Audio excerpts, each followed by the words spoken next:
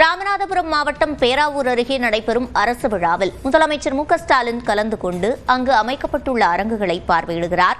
இதுகுறித்த கூடுதல் தகவல்களை நமது செய்தியாளர் வீரகுமரனிடம் கேட்கலாம். வீரகுமரன், விவரங்கள். தமிழக முதல்வர் மு.க.ஸ்டாலின் அவர்கள் ராமநாதபுரம் அருகே இருக்கக்கூடிய பேராவூர் பகுதியில் புல்லங்குடி என்ற இடத்தில் வந்து தற்போது அரசு நலத்திட்ட உதவிகளை வழங்க இருக்கிறார். சுமார் 53,000 பயனாளிகளுக்கு சுமார் 738 கோடி மதிப்பீட்டில் அரசு திட்ட பணிகளை துவங்கி வைத்தும் அரசு நலத்திட்ட உதவிகளை வழங்கி தற்போது தமிழக முதல்வர் துவங்கி வைக்க இருக்கிறார்.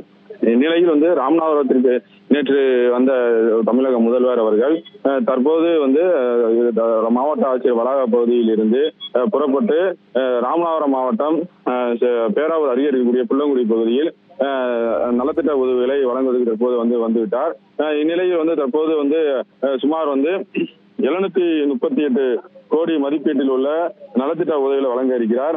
அது மட்டுமல்லாமல் 50,762 பேருக்கு சார்பில் 42,62 கோடி மதிப்பீட்டில் நலத்திட்ட உதவிகளை வழங்குகிறார். மேலும் 20 கோடியில் அமைக்கப்பட்டுள்ள ராமநாதபுரம் நகராட்சி புதிய பேருந்து நிலையம், பள்ளி கல்லூரி மாணவ மாணவியர் சமூக நீதி விடுதிகள், பாலங்கள், நூலகங்கள், வருவாய் ஆய்வாளர் குடியிருப்புகள், ஆரம்ப சுகாதார நிலைய கட்டிடம், மருத்துவத்துறை கட்டிடம் என பல்வேறு துறைகளில் சார்பில் சுமார் 109 முடிவெற்ற பணிகளை திறந்து வைக்கிறார்.